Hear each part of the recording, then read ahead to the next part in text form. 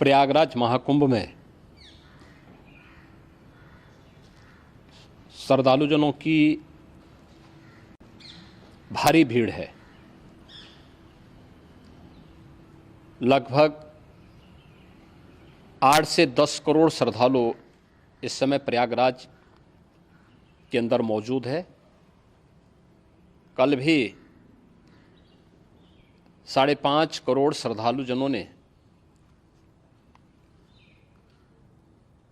महाकुंभ का स्नान किया था।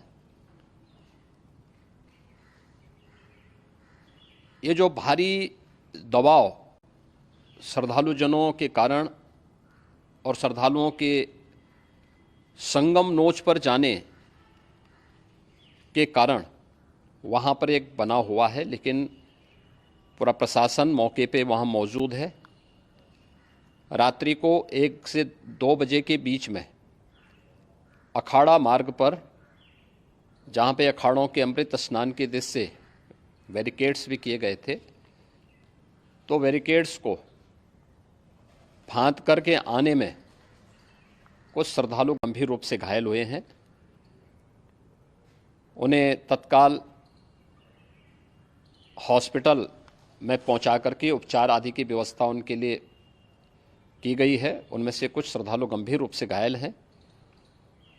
लगातार प्रशासन स्थानीय स्तर पर श्रद्धालुओं की सकुशल स्नान कराने के दृष्टि से रात्रि को कल सायंकाल 6:30-7 बजे से ही मौनी अमावस्या का मुहूर्त प्रारंभ होने के बाद से ही लगातार लगा हुआ है। प्रयागराज में महाकुंभ में श्रद्धालुजनों के सकुशल स्नान करने, अमृत स्नान के लिए देश भर से आए हुए श्रद्धालुजनों की व्यवस्था के लिए, उनके कुशल क्षेम के लिए आदरणीय प्रधानमंत्री जी का प्रातःकाल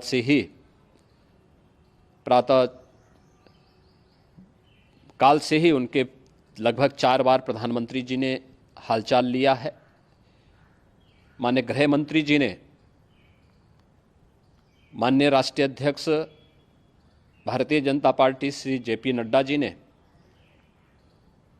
माननीय गृह मंत्री श्री अमित शाह जी ने भी, और प्रदेश की माननीय राज्यपाल श्रीमती आनंदीबेन पटेल जी ने भी लगातार जानकारी लेकर के सभी के कुशल क्षेम और सकुशल स्नान कराने के बारे में निरंतर रिपोर्ट ले रहे हैं।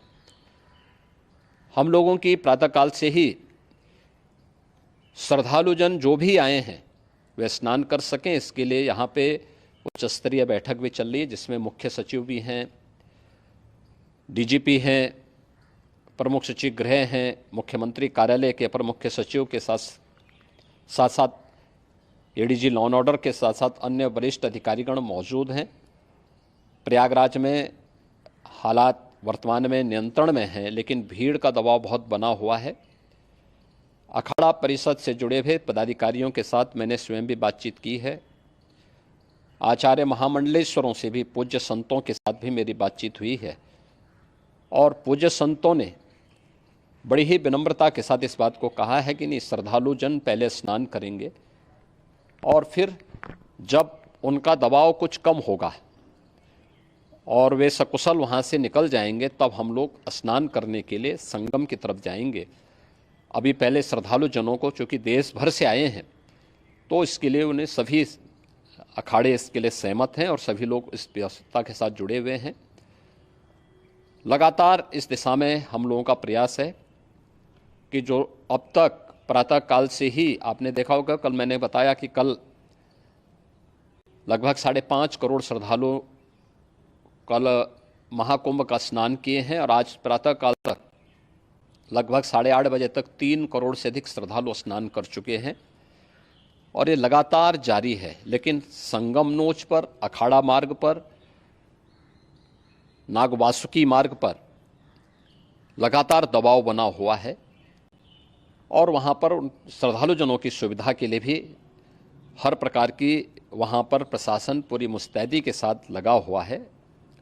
और इसीलिए मेरी अपील है पूरे प्रदेशवासियों से, पूरे देशवासियों से और सभी श्रद्धालुओं से भी सभी पूज्य संतों से भी